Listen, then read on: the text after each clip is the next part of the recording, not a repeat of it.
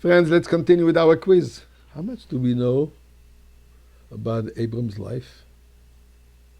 At what moment of his life do we become familiar with his exploits, with his experiences? So before we find out, let's say some Tehillim, chapter 100, Namnatzeach.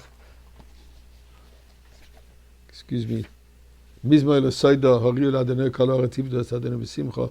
Boi lefanav b'nana de'uki Adonai hu elimu asanu v'lo anachnu amo v'tzon marisoi. Boi she'ora v'soida chatzorisa b'silo. Hoidu loi bochu shemoi. Ki toiv Adonai le'olam chazdoi. V'yad doir v'doir emunasoi. For God is good. His kindness is everlasting. And His faithfulness is for all generations. As such, we give charity, we do it together, and this will bring the blessing, protection for the soldiers, redemption, relieving the hostages, and all of us. To meet already with Avraham Avinu. Wouldn't it be nice to make a selfie with Avraham Avinu in the Beit HaMikdash? So, what do we know? So the Torah tells us, Terach was 70 years old and he gave birth to Avraham and to two brothers, Nachar and Haran. And then it says, Vayomes Haran al pi Terach Chaviv.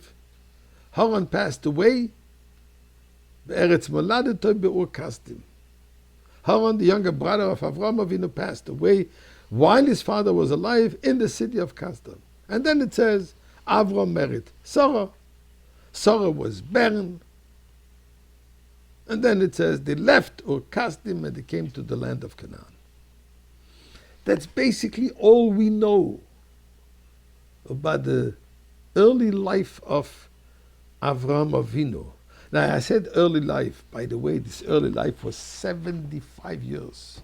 The next time we're starting to know anything about Avraham is the beginning of the parsha of this week, where God says, Lech lecha me'artzecha me'ladcha beis avicha. Leave your parents' home, your father's home, your place of birth, your country, and go to the unknown.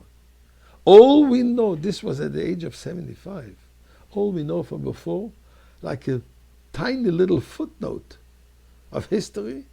And what is the main thing? What does it say? That his brother Haran passed away in the land of Ur Kasdim. Now, why is this important? Why is this telling us? What is this story? So let's have a quick look about Avraham Avinu. Avraham Avinu was a real rebel.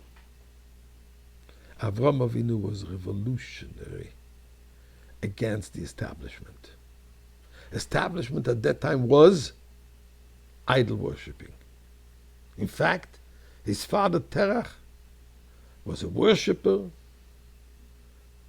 He was making them. He was sculpting those idols to the point that the story is that at one point Terach had to leave the shop and he asked his son Avraham to look after the shop. A woman came in and wanted to offer some flour as a offering for one of those gods, and Avraham told her, don't be foolish. And Avraham went and chopped off the heads of all those idols. Father came back and saw the destruction, asked Avraham what happened, and he tells him, look, they had a fight amongst themselves, and the bigger one is what successful. Terach looked at him. What do you mean they had a fight? They can't even move. How can they fight? So, Daddy, if they can't fight, what are they good for? How can they be a God if they can't even have a good fight? Terach brought Avraham to Nimrod, the king, and he said, bow to the God of fire. So Avraham says, how about bowing to the God of rain that extinguishes fire? So go ahead, bow to the God of rain. How about to the cloud that makes the rain? Bow to the God of clouds. Dear king, how about bowing to the wind that blows the clouds? So bow to this. So Avraham tells them, so in other words, bow to anything available? Says, sir, I only bow to God that created all these things. Nimrod got furious and threw him into a burning furnace, burning fire. Haran was watching all this. And when he turned around to Haran, his younger brother, it says, who are you going to bow to? When he saw that Avraham Avinu came out alive after having been thrown into this fire, he says, I follow Avraham. So they threw him into the fire, but unfortunately, he only went into the fire after seeing that nothing happened to Avraham. So it wasn't on his faith. He was just figured that nothing could happen to the fire. And he got killed. That's the story of Ur Kasdim. Ur meaning the light. Ur, the light, the fire of Kasdim. That's what we know about. But it's quite an accomplishment.